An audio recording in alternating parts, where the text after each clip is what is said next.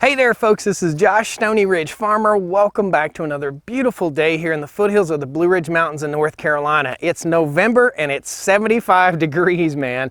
You can't complain about that kind of weather. However, we have a 5-day stretch of rain coming and we've got to get some grass seed down on our pastures. So today we're going to be taking the John Deere 5065 and our Woods Precision Super Seeder, the PSS72, and we're going to go around and overseed some of our pastures. We're going to hit some of the spots that need attention, and you'll see that from the drone footage. You'll see the areas that need attention, the areas that are sparse, what Grandpa used to call dead land. Well, we're going to bring that dead land back to life with the Precision Super Seeder today. So come along, we'll show you how this machine works. We'll show you the John Deere tractor. We'll talk about all this stuff, and we'll get busy overseeding pasture. All right?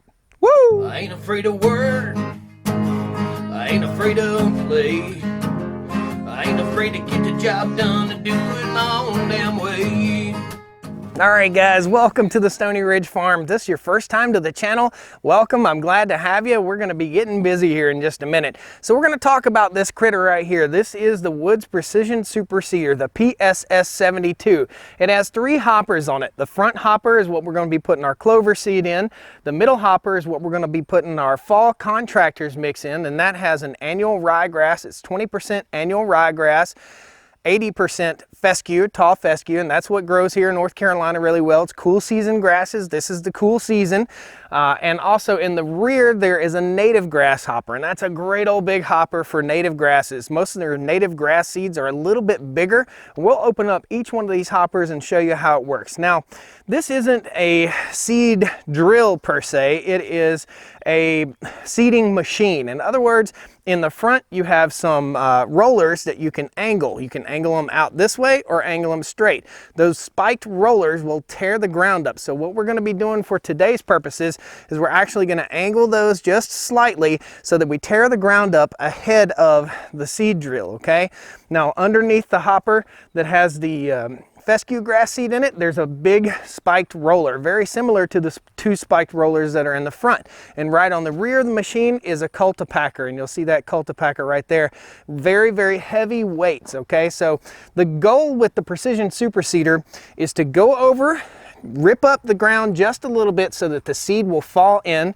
The spiked rollers will help to depress the seed in. The rainstorm that's coming will help wash that seed into those holes, and the cultipacker on the back will help pack it all down. So this is the ultimate overseeding machine. It's the ultimate machine for seeding new pastures, new hay fields, and food plots, man. This is a food plot monster. So we're going to fill the rear hopper up with medium ladino clover. It's a clover that gets about this tall. It has the white top on it, and it will self-seed. In other words, it'll seed itself out year after year. And you can see some of it growing right here. Wherever you see green grass growing on a farm, most likely either it just got fertilized or it's got clover. So what we're trying to do is a multi-species pasture out here. We're not going to go with a monoculture. We don't want our cows just eating fescue. We want a multi-species grass on our pasture. It looks like this on purpose. So first we're going to talk a little bit about the hoppers, the seed hoppers in here, and we're going to load them up real good too. So we're going to raise this guy up. There's a little kickstand right here that will hold up our lid for our smaller seed, and this is ladino clover. Again, medium white top ladino clover, and you can see how small those seeds are. They're just teeny tiny little seeds. This is expensive stuff right here. Runs about anywhere from $110 to $200 a bag, depending on where you live in the country. I simply believe in clover as a pasture building, forage building machine. I mean, we haven't had to put any fertilizer here on the farm on any of our pastures over the past 3 years. We only put fertilizer down the first year that we plant the grass seed, and then after that the clover does the rest. The clover fixes nitrogen, it feeds the fescue, it feeds the other types of grasses, and that's how we keep our pastures green and luscious, and we keep them multi-species so that the cows have tons of different types of forage. They can choose the forage that they eat, and that's what's going to make our cows and our beef so much better than the other guy down the street. So what we're doing here is a grass-fed beef operation on the Stoney Ridge farm, and we started out with 150 acres, and all of what you see around you and what you're seeing in the drone footage was all grown up in overgrowth and brush. And we've cleaned up the farm, we fenced the farm, and now we're in the process of buying our cows. So we're gonna load this guy up. Again, I already have one bag, 150-pound bag in here. And the goal here is to hit the hot spots out here in this pasture. And you'll see them when we get up in the air, you'll see the spots that are sparse. And we want to go over those really heavy, really seed back and forth across those areas. We also have some areas over here by our pond that's just red dirt. We want to break that dirt up. We want to introduce this seed to it. We're not putting down any fertilizer. We're just putting down seed today. So let me load up a little Ladino clover hopper here.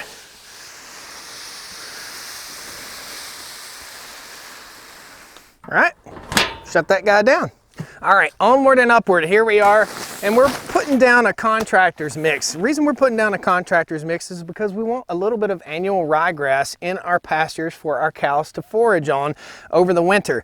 The goal is to not have to feed hay to our cows, to have stockpiled forage out here on the farm so that we don't have to feed hay to the cows unless we get like a snowstorm or an ice storm or something of that effect. So this is, again, a contractor's mix. This is a a fall contractor's mix, 80-20. So 80% tall fescue, 20% annual ryegrass. If this was the summertime, we'd be planting 80% fescue and 20% foxtail millet. Foxtail millet will grow on a rock, and it's a very drought tolerant plant. What happens is the millet will take first, it'll shade the fescue seed, and it'll let it grow. That's in the spring.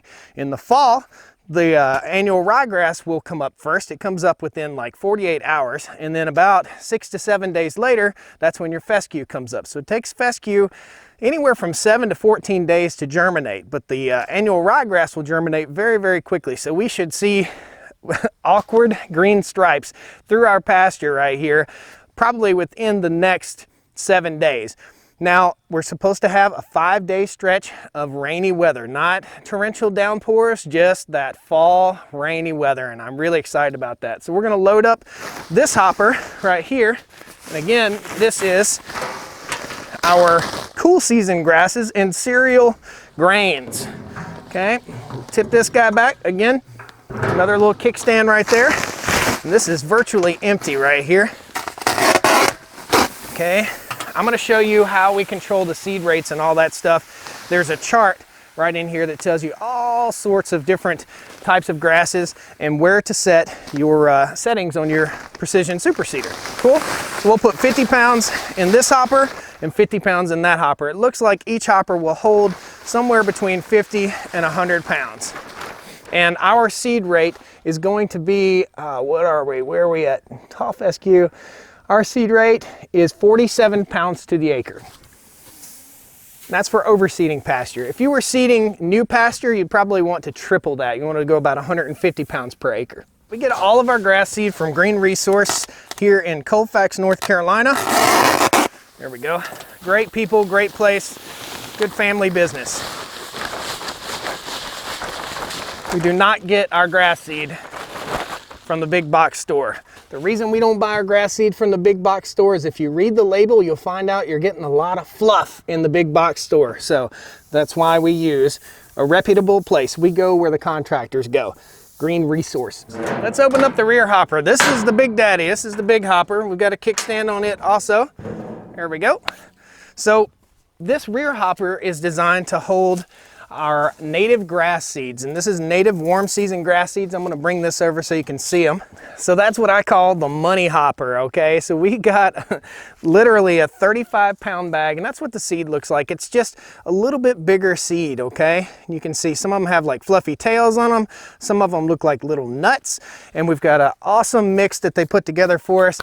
And I don't have the bag, so I can't tell you what it is, but I know there are 4 or 5 different types of native grasses in this seed box right here, and we're gonna be drilling those all over the pasture.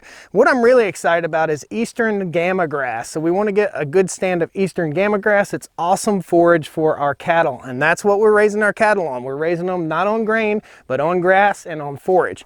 So we'll get this guy closed up. Very simple. Oh, got a stink bug in there. Okay. tie the latch down, and we're ready to rock and roll. Let me take you underneath the machine so you can get a little bit of the science, and I'm gonna have to start the tractor up in order to do that. Before we start the tractor, let's talk about what we're working with here. So this is a John Deere 5065E.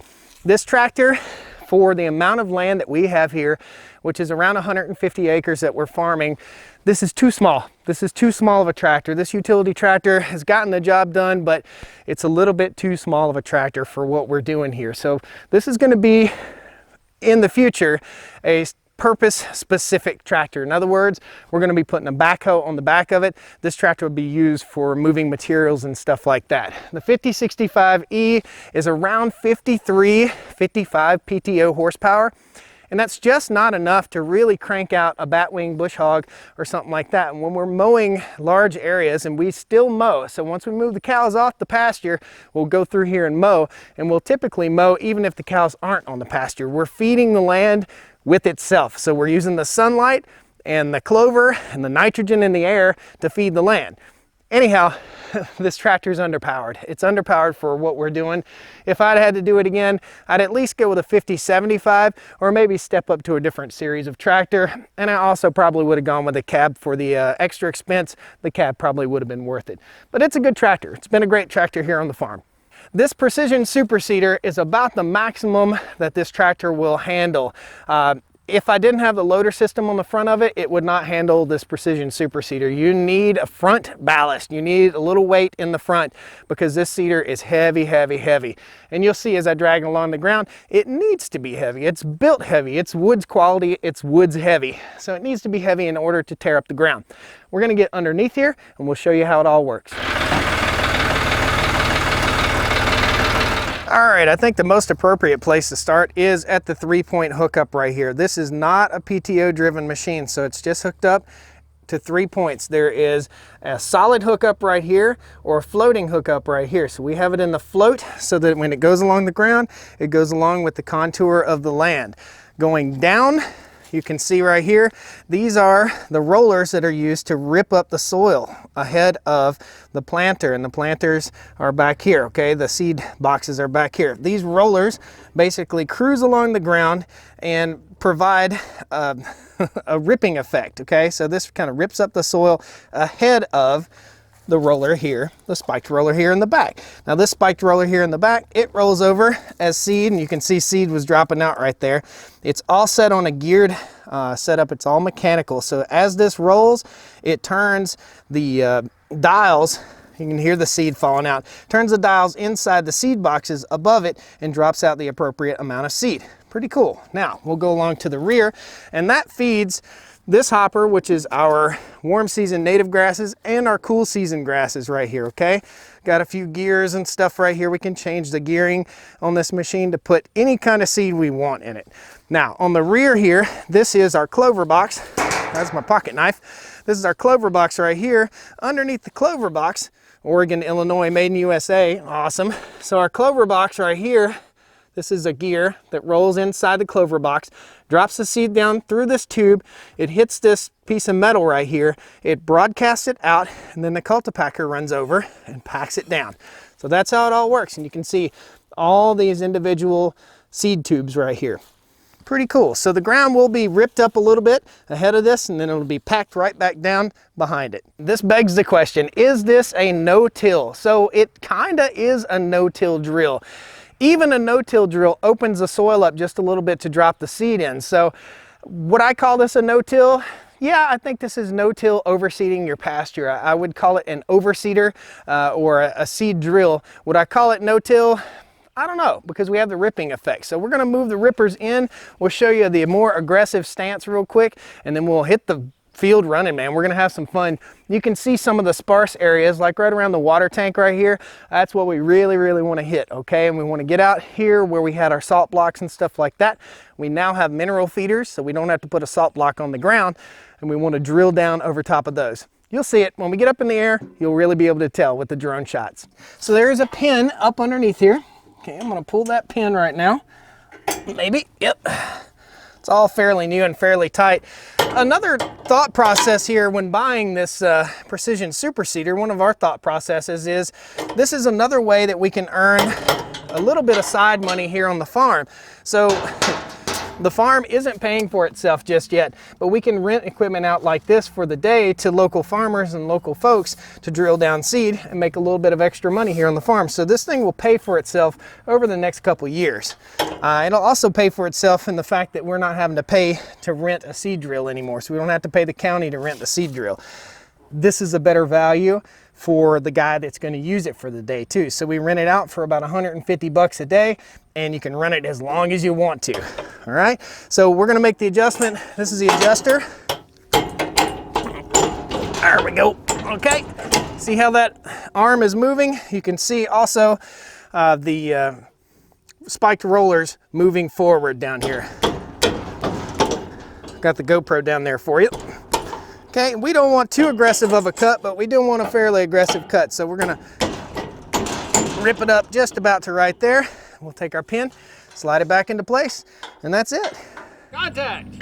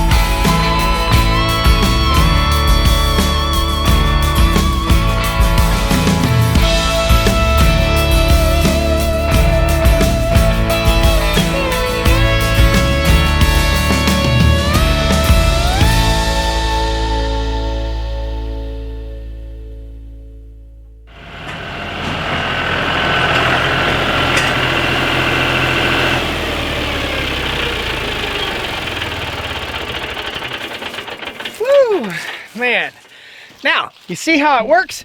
You can tell where we're going in the pasture by the wheels. Basically the cultipacker packs down the grass. So if we were going to overseed the entire pasture, you can tell just by rolling around where you've been and where you're going. And if you overseeded a little too much over a spot, no big deal. I mean, this is a machine that is going to save you time. It's going to save you money. I really like it. Again, it's the Woods Precision Super Seeder PSS72. I'll post a link down in the video description.